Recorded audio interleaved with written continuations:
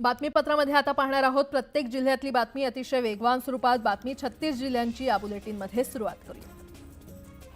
नागपुरातील हिवाळी अधिवेशन फक्त एकाच आठवड्याचं असण्याची शक्यता आहे। 16 डिसेंबरपासून हिवाळी अधिवेशन सुरू होणार असल्याची चर्चा आहे। दरम्यान 12 डिसेंबरपासून सचिवालय नागपुरात दाखल होणार आहे तर 15 डिसेंबरला संपूर्ण सरकार नागपुरात दाखल होणार असल्याचं कळतंय। सागरवर पुन्हा एकदा भेटीगाठींना वेग आलाय। राहुल नार्वेकर आणि सुनील तटकरेंनी फडणवीसांची भेट घेतली। या तिघांमध्ये जवळपास 30 मिनिटांहून अधिक काळ चर्चा पार पडली। या तिघांच्या चर्चेनंतर आमदार राहुल कुल, जयकुमार गोरे आणि रणजित सिंह निंबाळकर यांची मुख्यमंत्र्यांसोबत चर्चा झाल्याची माहिती आहे। अमरावतीमध्ये ईव्हीएमच्या मुद्द्यावरून आजी-माजी खासदारांमध्ये कलगीतुरा रंगलेला आहे। खासदारांनी राजीनामा द्यावा आणि बॅलेट पेपरवर निवडणूक लढवावी असं नवनीत राणांनी बळवंत वानखेडेंना आव्हान दिलंय। अजित पवारांना मिळालेल्या विजयानंतर त्यांचे चिरंजीव जय पवार हे आज आभार दौरा करणार आहेत। बारामती तालुक्यातील 10 गावांचा दौरा करत ते जनतेचे आभार मानणार आहेत। पुन्हा एकदा अध्यक्षपदासाठी राहुल नार्वेकर यांच्या नावाचा विचार केला गेल्यानं त्यांनी पक्षश्रेष्ठींचे आभार मानलेत। दरम्यान तरुणांना संधी देणारा भाजप पक्ष असल्याची प्रतिक्रिया त्यांनी दिली आहे।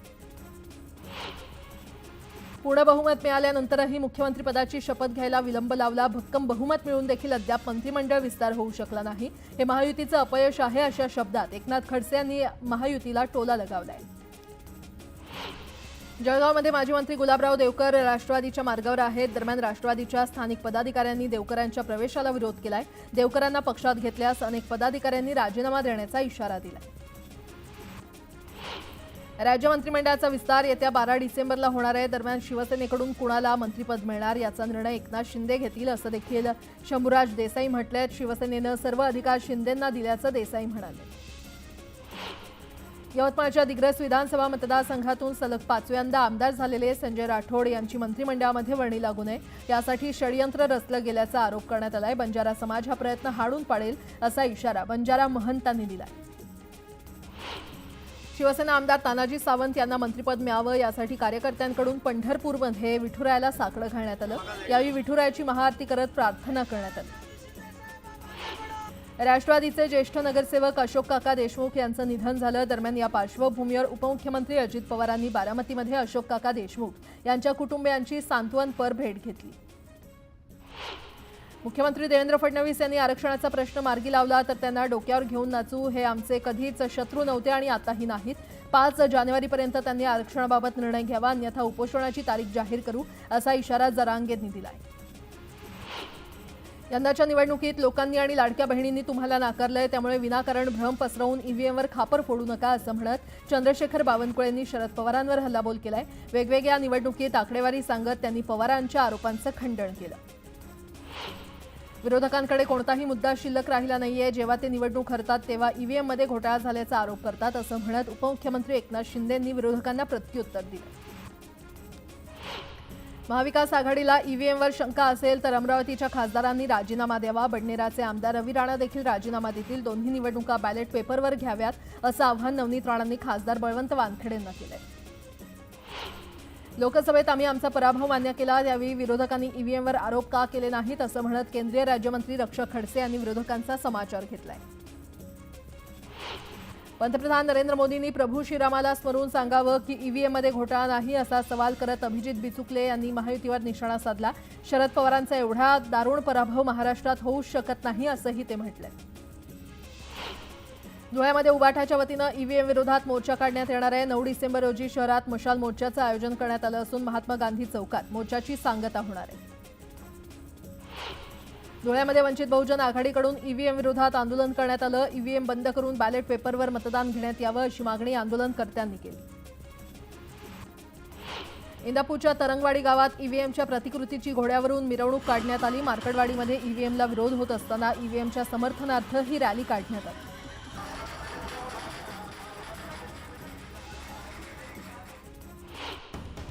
एक मोठी बातमी मुख्यमंत्री देवेंद्र फडणवीस आणि उपमुख्यमंत्री एकनाथ शिंदे यांच्यामध्ये काल रात्री वर्षावर महत्त्वाची बैठक झाली आहे। यावेळी दोघांमध्ये जागा वाटपावर महत्त्वाची चर्चा झाल्याची माहिती मिळते। रात्री 12 वाजता मुख्यमंत्री देवेंद्र फडणवीस यांनी उपमुख्यमंत्री एकनाथ शिंदे यांच्याशी सविस्तर चर्चा करण्यासाठी ते वर्षा बंगल्यावर दाखल झाले होते।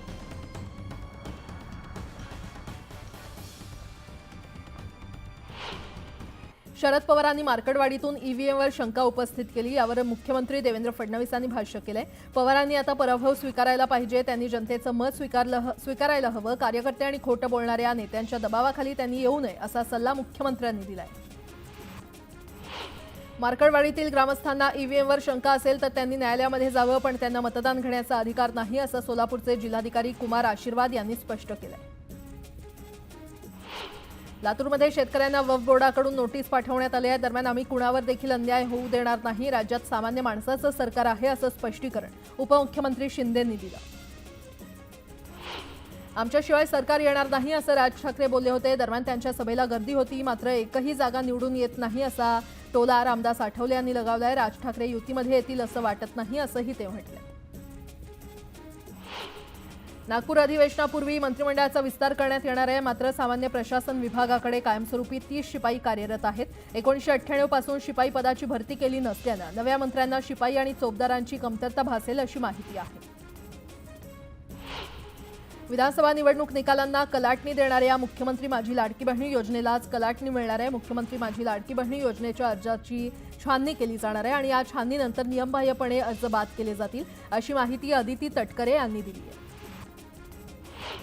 वसई विरार, कल्याण आणि ठाण्यातील जमिनीच्या खरेदी विक्रीपासून नव्या इमारतींमधील घरं विकण्यावर नियंत्रण ठेवणाऱ्या राजकारण्यांमुळे म्हाडाच्या कोकण मंडळाच्या घर विक्री नियोजनाला सुरुंग लागलाय। म्हाडाच्या 14,000 घरांची विक्री होत नसल्यानं या घरांना वाली कोण हा प्रश्न आहे। म्हाडाच्या मुंबई मंडळाच्या सुमारे 2030 घरांच्या विजेत्यांपैकी 450 विजेत्यांनी घरं परत केलेली आहेत, मात्र या अर्जदारांना महिना उलटून गेला तरी अद्याप म्हाडानं अनामत रक्कम परत केली नाहीये। दरम्यान लेखा विभागानं या संदर्भातील फाईल तांत्रिक कारणं देत परत मिळकत विभागाकडे पाठवलेली आहे।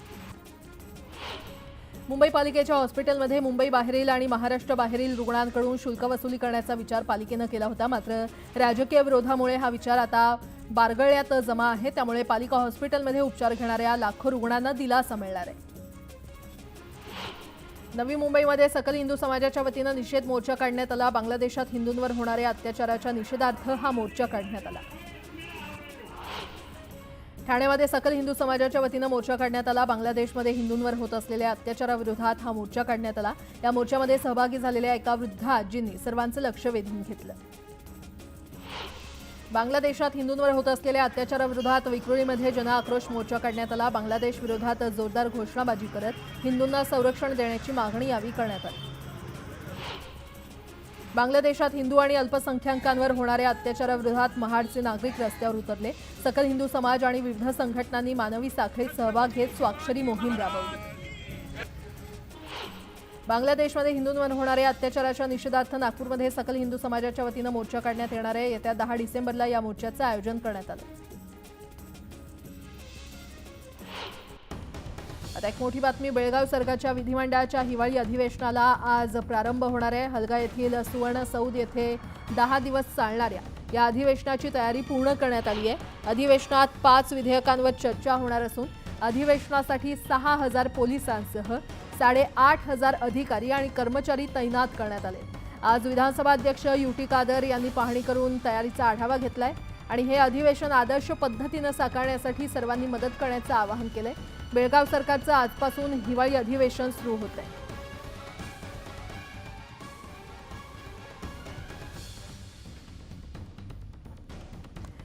दरम्यान महाराष्ट्राच्या नेत्यांना बेळगावात बंदी घालण्यात आलेली आहे। महाराष्ट्र एकीकरण समितीच्या महामेळाव्याला जाण्यास कर्नाटक सरकारनं बंदी घातली आहे। दरम्यान बंदी झुगारून कोल्हापूरचे उबाठा गटाचे शिवसैनिक बेळगावला जाणार असल्याचं कळतंय। सकाळी 10 वाजता बाईक रॅलीनं ते बेळगावला जाणार आहेत आणि बेळगावात आज कडक पोलीस बंदोबस्त तैनात करण्यात आलाय। बॉर्डरवर देखील बंदोबस्तात वाढ करण्यात आलेली आहे।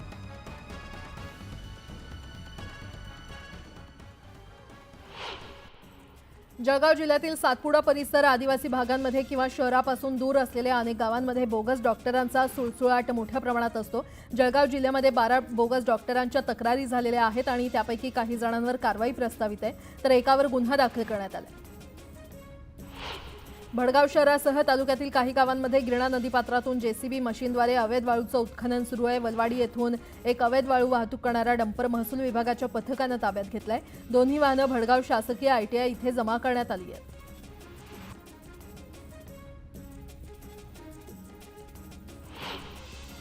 प्रतिबंधित केलेल्या नायलॉन मांजाची विक्री करणाऱ्या कुणाल नंदकिशोर सांखला आणि किरण राठोड यांच्यावर जळगाव स्थानिक गुन्हे शाखेनं कारवाई केली आहे। कुणाल सांखला यांच्याकडून 9,050 रुपयांचा तर किरण राठोड याच्याकडून 4,800 रुपयांचा मांजा जप्त करण्यात आलाय।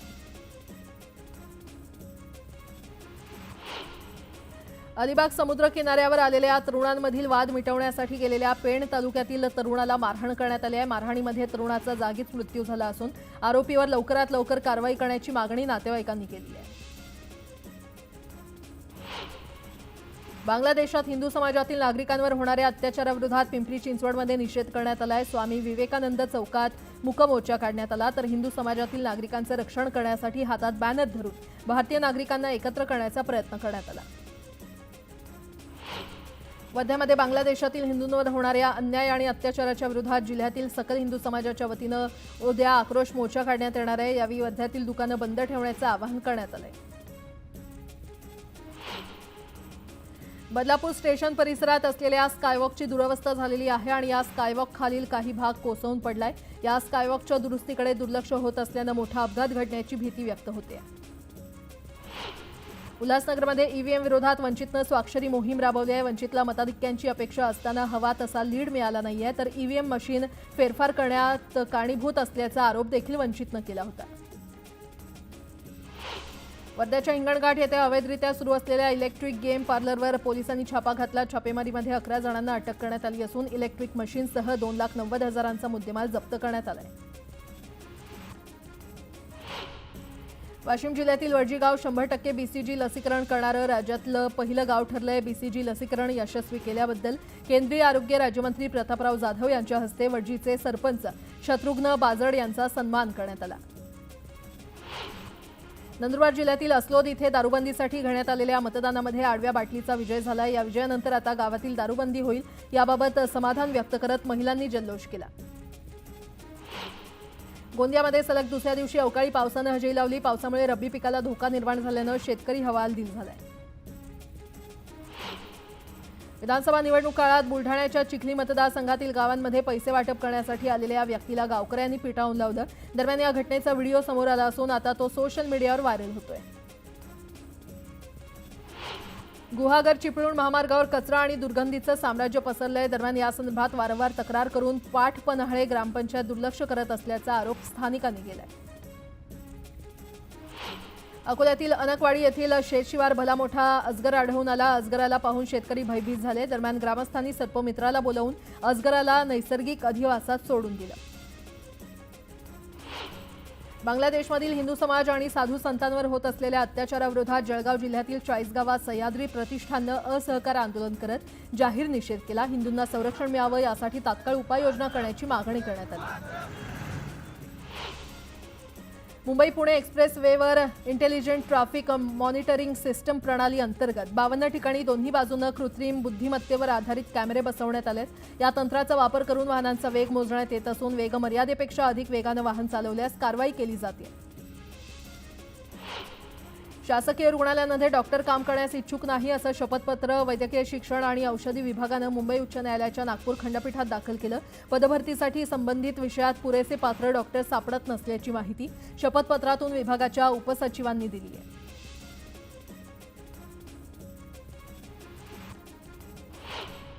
आता एक मोठी बातमी। नागपूर शहरात मंगळवारी पाणीपुरवठा बंद ठेवण्याचा निर्णय घेण्यात आला आहे। दक्षिण पश्चिम दक्षिण पूर्व नागपूरमधील अनेक भागात पाणीपुरवठा होणार नसल्याचं सांगण्यात येत आहे। तब्बल 20 तास शहराला पाणीपुरवठा केला जाणार नाहीये आणि या काळात टँकरनं पाणीपुरवठा केला जाणार आहे। मात्र तरीही नागरिकांनी पाण्याचा साठा करून ठेवावा असं आवाहन करण्यात आलंय।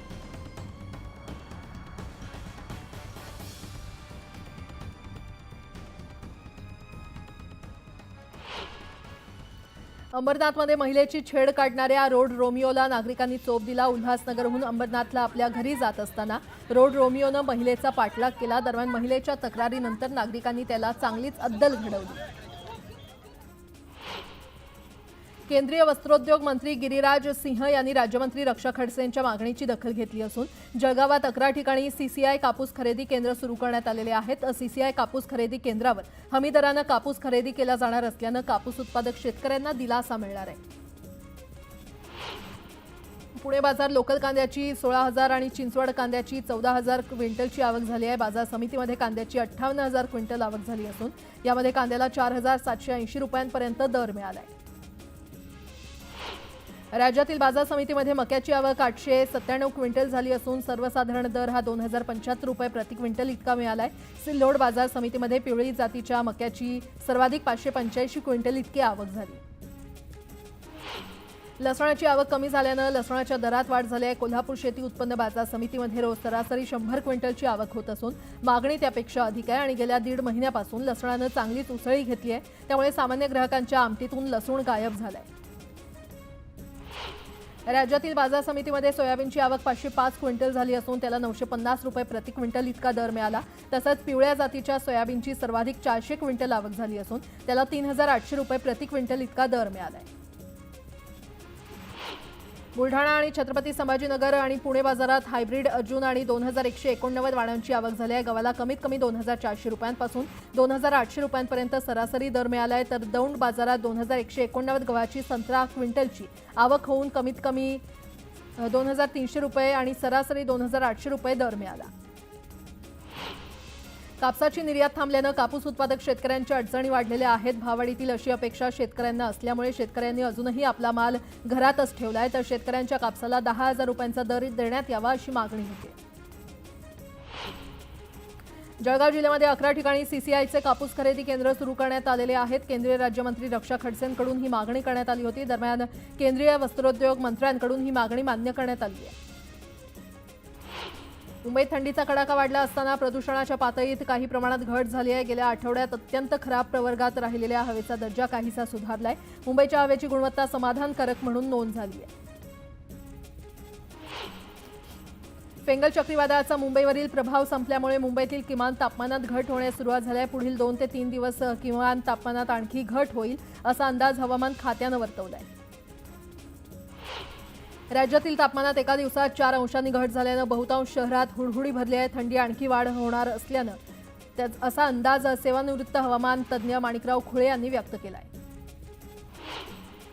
गेल्या काही दिवसांपासून जळगावमध्ये थंडीचा कडाका चांगलाच वाढलाय। जळगावात अचानक उकाडा वाढला होता आणि यानंतर आता जळगावचा पारा 18 अंशांवरून 11 अंशांवर आल्यानं गारठा चांगलाच वाढलाय। हिमोफिलिया सारखा आजार झाल्यावर उपचारासाठी ठाणे सिव्हिल रुग्णालय हिमोफिलिया रुग्णांसाठी आधारवड ठरतंय।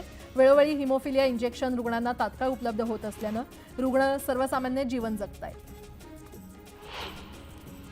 ब्रेस्ट कॅन्सरच्या शस्त्रक्रियेनंतर रुग्णाला सलग 25 ते 28 वेळेला रेडिएशन घ्यावं लागतं आणि यासाठी किमान 5 ते 6 आठवडे लागतात। मात्र आता अवघ्या 5 ते 6 दिवसात संपूर्ण 5 ते 6 आठवड्यांचा किरणोपचार घेणं शक्य झालंय। शासकीय कर्करोग रुग्णालयामध्ये याची सुरुवात झाली आहे। बुलढाणा जिल्ह्यातील समृद्धी महामार्गावर पुन्हा भीषण अपघात झालाय। चंद्रपूरवरून पुण्याकडे जाणाऱ्या ट्रॅव्हल्सला एका वाहनानं मागून जोरदार धडक दिली। अपघातात 5 प्रवाशांचा किरकोळ मार लागून बाकी सर्व प्रवासी सुखरूप आहेत। पालघर जिल्ह्यातील बोईसर तारापूर एमआयडीसीतील कंपनीला भीषण आग लागली। प्लॉट नंबर G35 येथील विराज कंपनीमध्ये ही आगीची घटना घडली। बोईसर तारापूर एमआयडीसीमध्ये अपघातांची मालिका सुरूच आहे। पुणे नाशिक महामार्गावर ट्रक आणि कंटेनरची समोरासमोर धडक झाल्यानं भीषण अपघात झाला। या अपघातात ट्रक चालक गंभीर जखमी झाला असून ट्रक चालकावर उपचार सुरू आहेत। भाईंदरमध्ये डंपरनं दुचाकीला धडक दिल्यानं भीषण अपघात झाला। वाहतूक पोलिसांनी वेळीच सतर्कता दाखवत जखमी दुचाकी स्वाराला रुग्णालयामध्ये दाखल केलं आणि त्यामुळे दुचाकी स्वाराचे प्राण वाचले। बीडच्या अंबाजोगाईतील स्वामी रामानंद तीर्थ रुग्णालयामध्ये बोगस औषध आणि गोळ्यांचा पुरवठा झाल्याची बाब समोर आली आहे। दरम्यान या प्रकरणातील दोषी अधिकारी आणि डॉक्टरांची चौकशी करून गुन्हा दाखल करण्याची मागणी उबाठा पक्षाच्या वतीनं करण्यात आली आहे। आचारसंहितेत अडकलेली बी फार्मसी आणि एम फार्मसी अभ्यासक्रमाची प्रवेश प्रक्रिया सुरू झाली आहे। तिसऱ्या फेरीतील प्रवेशासाठी अर्ज सादर करता येणार आहे। मध्य रेल्वे प्रशासनानं गर्दीचं नियोजन करण्यासाठी काही रेल्वेगाड्यांच्या संरचनेत बदल करण्याचा निर्णय घेतलाय। या संरचनेमुळे डबे वाढवण्यात आले असून प्रवाशांची गर्दी विभाजित होण्यास मदत होणार आहे।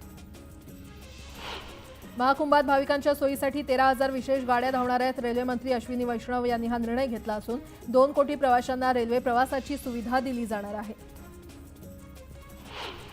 ठाणे, भिवंडी, निजामपूर, मीरा भाईंदर या महापालिका क्षेत्रांना पाणीपुरवठा करणाऱ्या स्टेम प्राधिकरणानं पाणी उचल क्षमता वाढवण्याच्या कामाला सुरुवात केली आहे. नवीन पंप हाऊसच्या बांधकामाबरोबरच नवीन जलवाहिनी टाकण्याचा निर्णय घेतलाय.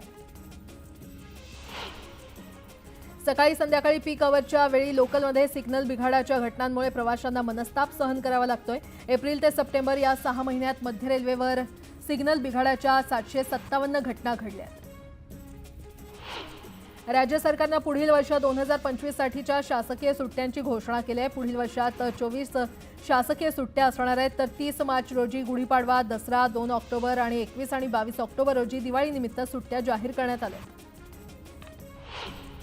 फॅशन स्ट्रीटला नवीन रूप देण्याचा निर्णय मुंबई पालिकेनं घेतलेला आहे. दुकानांची रचना बदलण्याबरोबरच खरेदीला येणाऱ्यांसाठी विविध सुविधा देखील दिल्या जाणार आहेत आणि त्यामुळे मेकओव्हर नंतर फॅशन स्ट्रीट मुंबईकरांना नव्या ढंगात आणि नव्या रूपात पाहायला मिळणार आहे.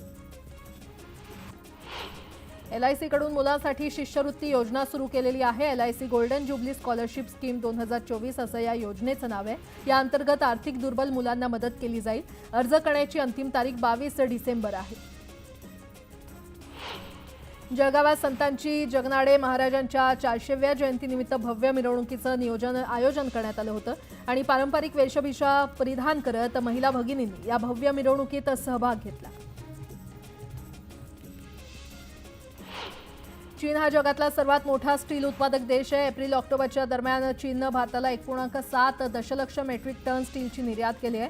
मागील वर्षीच्या तुलनेमध्ये यात 35.4% वाढ झाली आहे. भाज्या 2% स्वस्त झाल्यामुळे शाकाहारी भोजन थाळी स्वस्त झाली आहे. अनेक महिन्यांनी भोजन थाळी स्वस्त झाल्याचं क्रिसिलच्या अहवालात नमूद करण्यात आलं. जम्मू काश्मीरच्या किश्तवाडमध्ये मुसळधार बर्फवृष्टीमुळे समस्या निर्माण झालेल्या आहेत. बर्फवृष्टीमुळे सिंथान राष्ट्रीय महामार्ग वाहतुकीसाठी बंद करण्यात आलाय. जम्मू काश्मीरमध्ये सलग सुरू असलेल्या बर्फवृष्टीमुळे वातावरण अधिक थंड झालंय. गुलमर्ग, पहलगाम इथे मोठ्या प्रमाणात बर्फवृष्टी झाली आहे. सतत पडणाऱ्या बर्फवृष्टीमुळे अनेक ठिकाणी रस्ते बंद झाले. जम्मू काश्मीरच्या कुपवाड्यामध्ये बर्फवृष्टीला सुरुवात झाली आहे. कुपवाडाच्या माछिल सेक्टरमध्ये मोठ्या प्रमाणात बर्फवृष्टी झाल्यानं स्थानिकांसह पर्यटकांनी आनंद घेतलाय. हिमाचल प्रदेशमध्ये चांगलाच गारठा वाढलाय. स्पितीमध्ये देखील तुफान बर्फवृष्टी झाली आहे. अटल टनल, रोहतांग पास परिसरात झालेल्या बर्फवृष्टीमुळे वाहतुकीला काही प्रमाणात फटका बसला होता. हिमाचल प्रदेशमध्ये बदलत्या हवामानाच्या पार्श्वभूमीवर येलो अलर्ट जारी करण्यात आला आहे. शिमलेमध्ये गेल्या काही दिवसांपासून चांगलीच बर्फवृष्टी होते. या पार्श्वभूमीवर येलो अलर्ट जारी करण्यात आला आहे.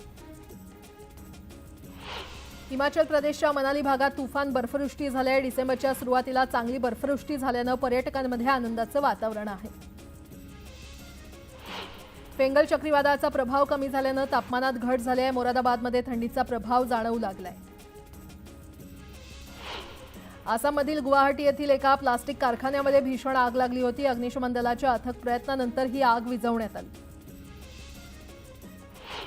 गुजरातमधील वडोदरा येथे ट्रकला कंटेनरनं पाठीमागून धडक दिल्यानं भीषण अपघात झालाय. या अपघातात एकाचा मृत्यू झालाय.